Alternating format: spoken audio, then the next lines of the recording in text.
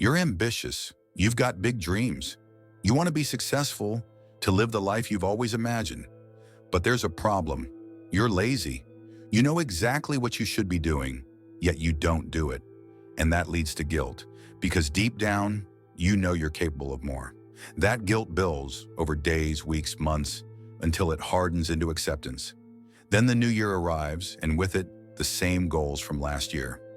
You start strong, fueled by motivation and a bit of delusion. But before you know it, procrastination creeps in, like that one relative who always shows up uninvited.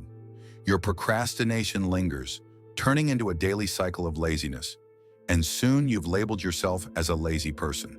So how do we break this cycle? There are countless videos online about beating procrastination, but most only address the symptoms, like deleting social media or removing distractions.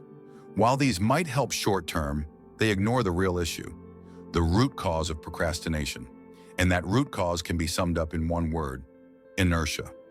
In physics, inertia is the tendency for objects at rest to stay at rest, and objects in motion to stay in motion, unless acted upon by an external force, Newton's first law.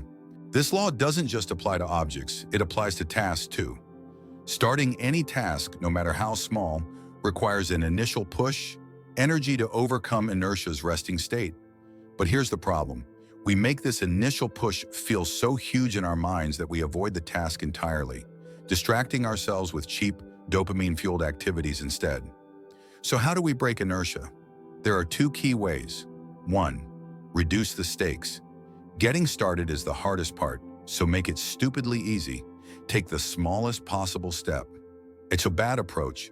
I need to write a 5,000-word essay. Inertia feels overwhelming. A better approach: I'll just write 50 words. Now it's easy to start. No willpower needed. 2. Use the 2-minute rule. If you don't feel like working, just commit to 2 minutes, then stop if you want. Don't feel like cleaning? Put on a song, clean until it ends, then quit. Oh, don't want to study?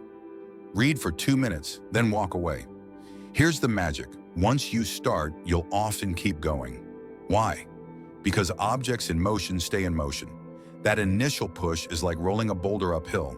But once you're past inertia, momentum takes over. So lower the barrier to entry. Start tiny.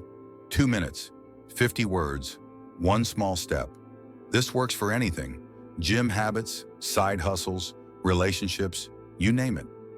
As Martin Luther King Jr. said, you don't have to see the whole staircase, just take the first step.